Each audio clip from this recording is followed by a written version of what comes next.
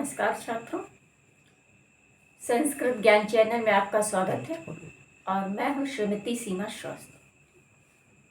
कल के वीडियो में हमने आपको उपसर्गों के विषय में बताया था।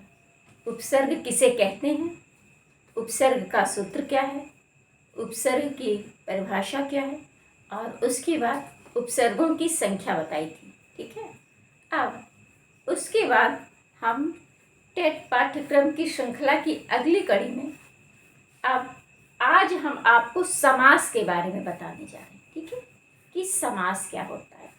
आपको पता है कि टेट में समास भी आता है, पूछा जाता है।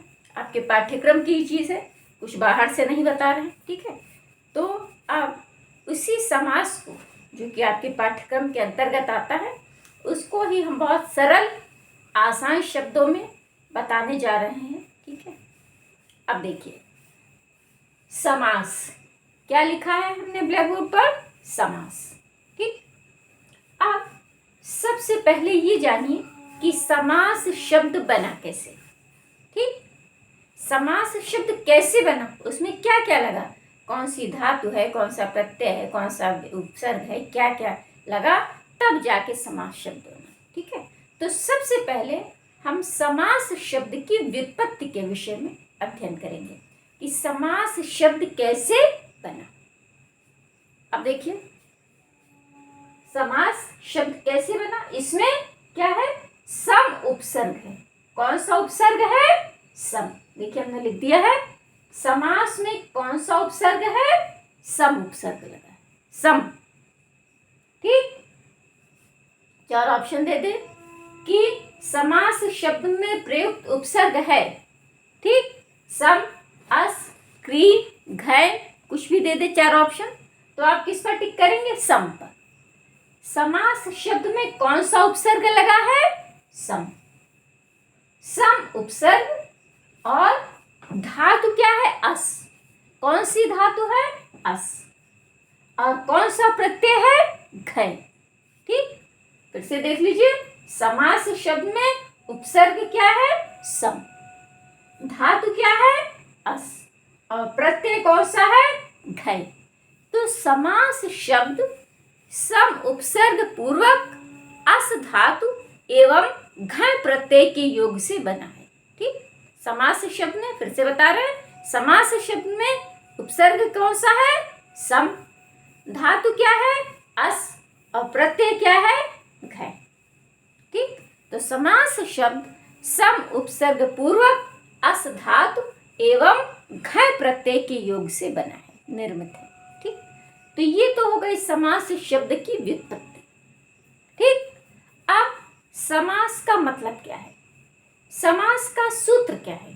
ठीक है, तो समास का सूत्र क्या है, समसनम समासः। क्या सूत्र है, समसनम समासः। ठीक, समसनम समासः, इसका मतलब क्या है, सिमटना ही समास है। क्या मतलब है, समसनम समासः। समसनम का अर्थ होता है सिमटना, अर्थात सिमटना ही समास है। ठीक, ये तो सूत्र के अनुसार हम आपको अर्थ बता रहे हैं। ठीक है, अर्थात सिमटना, संक्षेपीकरण।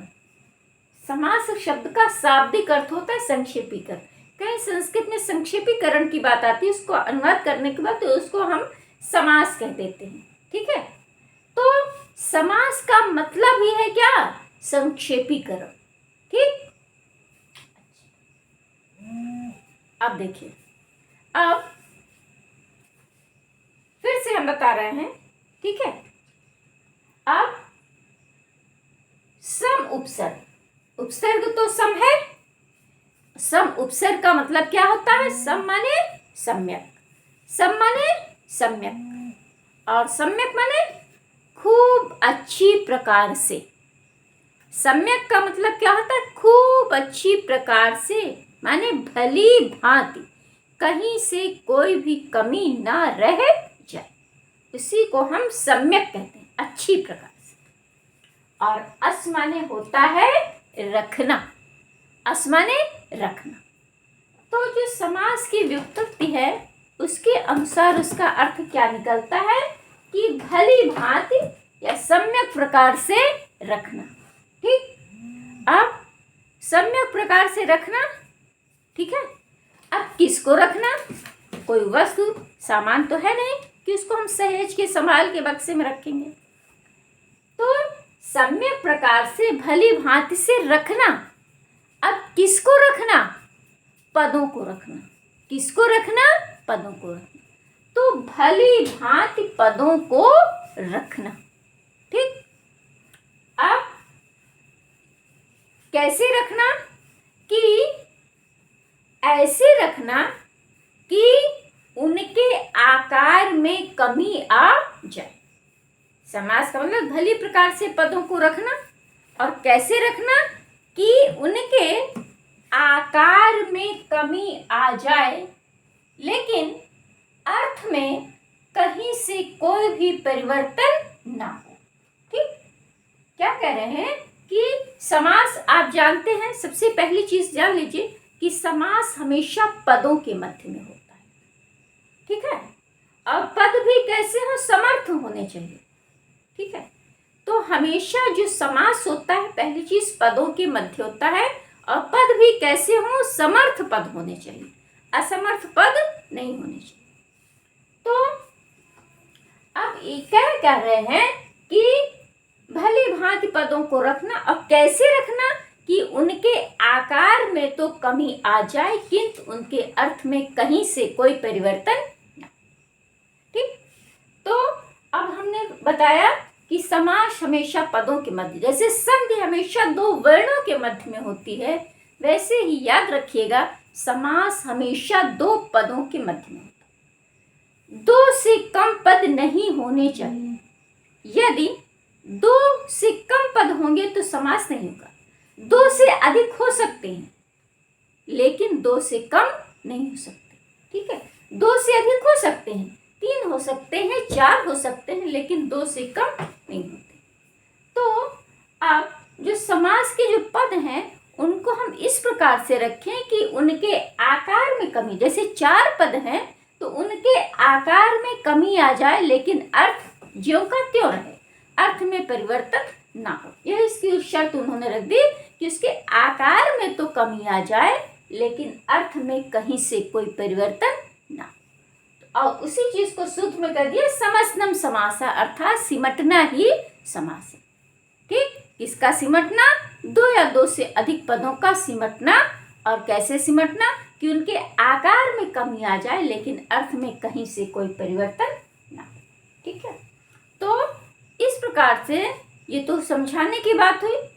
अब हम इसी चीज की यदि परिभाषा के तौर पे बताना चाहें आपको तो आप समझ लें, या आपको कहीं नोट करना है तो नोट भी कर लें कि समास की परिभाषा क्या बनेगी कि जब 2 या 2 से अधिक पद अपनी अपनी विभक्तियों का परित्याग करके एक समस्त पद में सिमट जाते हैं तो सिमटने की यही प्रक्रिया समास कहलाती है।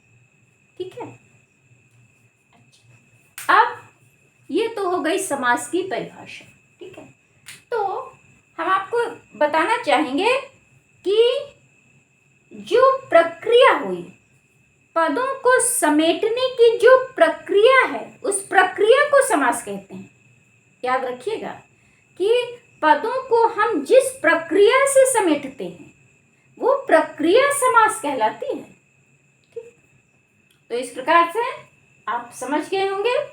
ठीक है, फिर से समझ जाइए। समास में सम उपसर्ग, असधातु एवं घर प्रत्यय।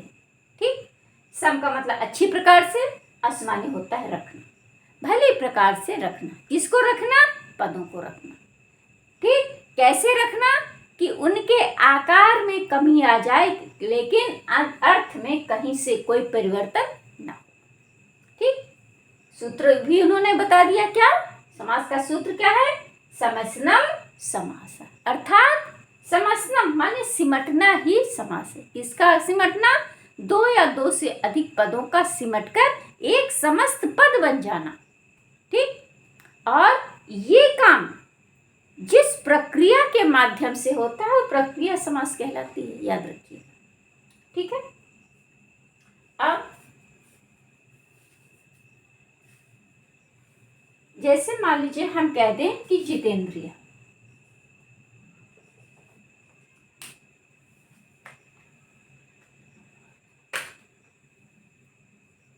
जितेंद्रिय, ठीक है, जितेंद्रिय। ठीक। अब जितेंद्रिय, जितेंद्रिय का मतलब क्या होता है, सबको पता है कि जिसने इंद्रियों पर विजय प्राप्त कर रखी है उसी को हम जितेंद्रिय कहते हैं।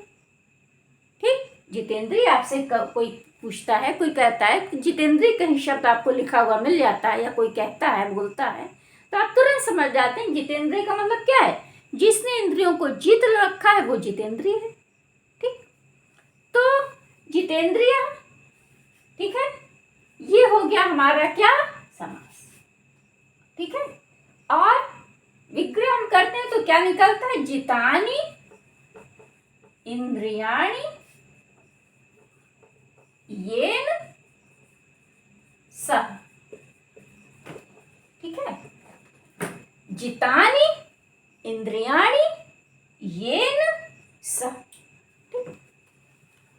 तो अब देखिए, अब 4 पद हैं इसमें निकले, एक जितानि, दूसरा इंद्रियाणि, तीसरा येन, चौथा सह। ये 4 पद निकले। तो ये इन 4 पदों को समेटकर एक समस्त पद बना लिया गया। समस्त पद क्या बन गया हमारा, जितेंद्रिय। तो यही समास है। 4 पदों को 1 2 3 4 4 पदों को समेटकर एक समस्त पद बना लिया गया। चारों पदों को समेटकर एक पद में समाहित कर लिया गया। ठीक। तो ये जो प्रक्रिया है वो समास कहलाई। जिस प्रक्रिया के थ्रू, माध्यम से ये काम हुआ वो प्रक्रिया समास है। न ये समास है, न जितेंद्रिय समास है, न ये समास है, न ये समास है, न ये समास। समास क्या है, जिस प्रक्रिया के माध्यम से 4 पद एक पद में समेट लिए गए वो प्रक्रिया ही हमारी समास है। ठीक है। अच्छा, अब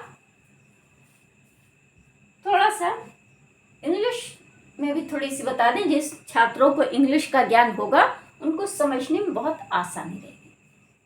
जिसको समास को इंग्लिश में कंपाउंड बोलते हैं। ठीक। कंपाउंड माने होता है सम्मिश्रण। ठीक है। तो जिसको आप इंग्लिश में वन वर्ड सब्स्टिट्यूशन बोलते हैं वही चीज संस्कृत में समास है। वन वर्ड सब्स्टिट्यूशन इंग्लिश में पढ़ा होगा। जिन बच्चे को इंग्लिश का ज्ञान होगा, इंग्लिश की भी तैयारी कर रहे होंगे अदर वनडे कंपटीशन के लिए, तुमको इसका ज्ञान होगा। तो वही चीज जो इंग्लिश में वन वर्ड सब्स्टिट्यूशन है या हिंदी में जिसको आप वाक्यांश बोलते हैं, वही चीज इसमें समास है। वही चीज समास है। ठीक है। तो अब देखिए, ये समास का हमने आपको एक उदाहरण बताया। ये समास का हमने आपको उदाहरण बताया क्या, कि जितेंद्रिय, जितान, इंद्रियाणि। तो 4 पदों को समेटकर एक समस्त पद में समाहित कर लिया गया। तो ये काम जिस प्रक्रिया के द्वारा हुआ वो प्रक्रिया समास कहलाती। ठीक है। अभी तक जो बातें हमने आपको बताई समास से संबंधित, उसी का एक उदाहरण हमने दिया। ठीक। अब समास के अंग की चर्चा हो रही। समास के अंग, तो समास के कितने अंग होते हैं कोई पूछे तो आप बताएंगे समास के 2 अंग होते हैं। कितने अंग होते हैं, 2। पहला कौन सा अंग है हमारा, समस्त पद या समासिक पद। पहला अंग हमारा क्या कहलाता है, समस्त पद, या उसी को हम समासिक पद भी कहते हैं। तो पहला अंग है समस्त पद या समासिक पद, और दूसरा अंग क्या है, समास विग्रह। ठीक है। समास विग्रह। तो विग्रह माने होता है क्या, तोड़ना। ठीक है। जैसे जितेंद्रिय अभी हमने बताया था उसी उदाहरण को ले लीजिए, कोई भी चीज। तो जितेंद्रिय क्या था उसमें, ये हमारा समस्त पद बन। और जो हमने आपको विग्रह बताया था, जितानि इंद्रियाणि येन सम, ठीक है। जितानि इंद्रियाणि येन, तो जो हम तोड़ते हैं, जो हम विग्रह करते हैं, वो समास विग्रह कहलाता है। और जिसका विग्रह करते हैं वो समस्त पद या समासिक पद। जो विग्रह करते हैं, जो तोड़ते हैं, वो समास विग्रह, और जिसका विग्रह करते हैं वो समस्त पद या समासिक पद कहलाता है, ठीक है। ये हो गया जितेंद्रिय में, जो जितेंद्रिय था वो समस्त पद या समासिक पद था, और जो हमने इसको तोड़ा वो हमारा वो क्या था, समास विग्रह था, ठीक है। हो गया। अब देखिए, अब हम समास के भेद या प्रकार पर आएंगे, ठीक है। समास के भेद या प्रकार। अब देखिए, समास के भेद या प्रकार में विवाद है थोड़ा सा, ठीक। कोई कहता है समास 4 प्रकार का होता है, कोई कहता है समास 6 प्रकार के होते हैं, ठीक है। जैसे डॉक्टर कपिल देव द्विवेदी जी हैं, तो वो कहते हैं समास 6 प्रकार का होता है, ठीक। अच्छा, अब वैसे तो आप लोगों ने समास 6 के भेद पढ़े होंगे। ज्यादातर समास के 6 भेद बताए थे, हिंदी में भी बताया जाता है और संस्कृत में भी बताया जाता है कि समास के 6 भेद होते हैं, ठीक है। और देखा जाए तो आपके स्तर पर, टेट के स्तर पर, क्योंकि टेट ये जूनियर लेवल का टेस्ट है, कोई बहुत हाई फाई नहीं है, ठीक है। तो इसके अनुसार समास के 6 भेद हो सकते हैं, ठीक है। यदि ऑप्शन आता है तो समास के भेद होते हैं, ठीक है, 6। तो अगर 6 आता है तो 6 पर टिक करिए, 6 ऑप्शन दिया है तो 6 पर टिक करिए, और 6 नहीं दिया है, 4 दिया है तो 4 पर टिक करिए, ठीक है। अच्छा, और आगे आप जाते हैं, थोड़ा सा और ऊंचाई पर जाते हैं, ऊंचे लेवल पर जाते हैं, तो वहाँ पर समास के 5 भेद बताए जाते हैं, ठीक है। लघु सिद्धांत कौमुदी वगैरह में जाइए, आप पढ़िए, तो उसमें समास के 5, तत्र समास पंचधा, वहाँ समास के 5 भेद बताए गए हैं, ठीक है। लेकिन आपके स्तर पर समास के 6 भेद हो सकते हैं, ठीक है। अच्छा, अब नाम सबको पता होगा, अभी बता देते हैं। अच्छा, और अब ये चर्चा चली ही है तो एक और हल्की फुल्की सी चर्चा करते समास के नाम के विषय में लेकर, ठीक है। आपको सबको पता होगा समास के 6 नाम, हिंदी में भी पता है, संस्कृत में भी पता है, ठीक है, ठीक। तो एक सूत्र है समास को लेके संस्कृत में, ठीक है। आप उस सूत्र में सारे, उस सूत्र को आप पढ़ें, यदि अध्ययन करें, या हो सकता है आप जानते भी हो, सूत्र बहुत ही पॉपुलर सा लोकप्रिय सूत्र है, हो सकता है आप उसको जानते भी हो। तो देखिए, उस सूत्र में समास के सारे नाम भी आ गए हैं, और उस सूत्र के माध्यम से एक याचक राजा से अपनी व्यथा कह रहा है, ठीक है। वो सूत्र हम आपको बता देते हैं।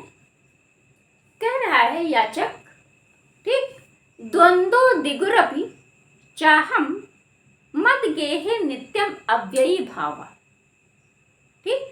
द्वंद्व दिगुरपि चाहम मद गेहे नित्यम अव्ययी भावा तत्पुरुष कर्म धारे ये नाहम श्याम बहुब्रीहि, ठीक। इस सूत्र में आपने देख लिया होगा, ठीक है। समास के सारे नाम आ गए, हम लिख भी देते हैं, चलिए। द्वंद्व,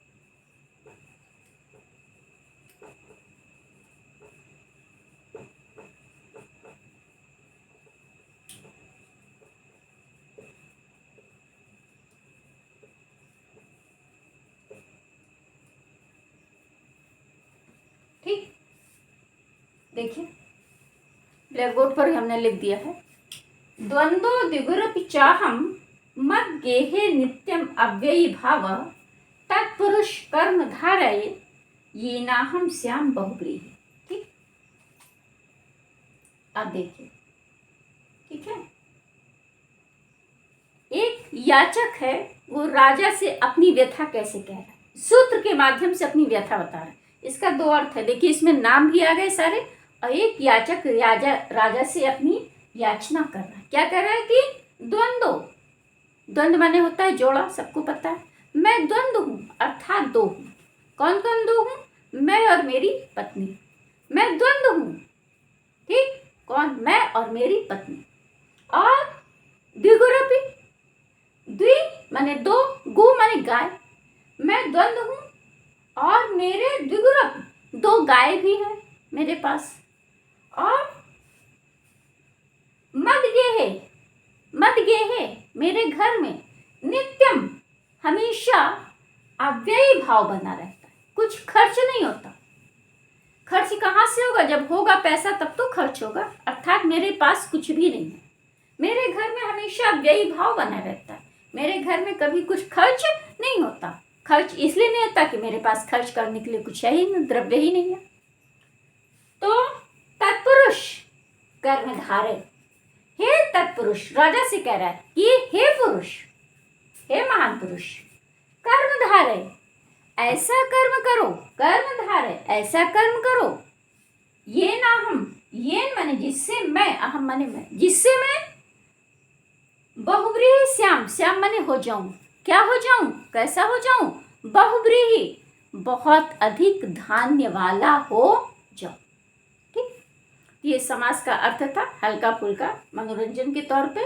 और दूसरी चीज, इस सूत्र के माध्यम से सारे समासों के नाम भी गिना दिए गए, संस्कृत के सारे समास। आप द्वंद्व समास सबको पता है, द्वंद्व समास से सब परिचित होते हैं। द्वंद्व समास होता है, एक द्विगु समास होता है, इसमें द्वंद्व का भी नाम आ गया, द्विगु समास का भी नाम आ गया, और एक नित्य समास भी होता है। आगे जाएंगे, अगर आपने पढ़ी होगी आगे की संस्कृत कक्षा, आगे की BA MA में पढ़ा होगा, तो एक नित्य समास भी होता है। तो नित्यम, नित्य समास का भी नाम आ गया, अव्ययी भाव समास का भी नाम आ गया, और तत्पुरुष का भी नाम आ गया, कर्मधारय का भी नाम आ गया, और बहुव्रीहि का भी नाम आ गया। तो सारे समासों के नाम आ गए। ठीक, और आगे लघु सिद्धांत कौमुदी में वैसे तमाम समास हैं। ठीक, एक केवल समास का, विशेष संज्ञा विनिर्मुक्ता केवला समास। ठीक, एक केवल समास भी होता है। ठीक है, तो अब इस सूत्र के माध्यम से आपको समास के नामों का भी ज्ञान हो गया होगा। ठीक है, तो अब जो है, अब ठीक, अब आज के वीडियो में हमने समास पर थोड़ी सी हल्की सी संक्षिप्त सी चर्चा की।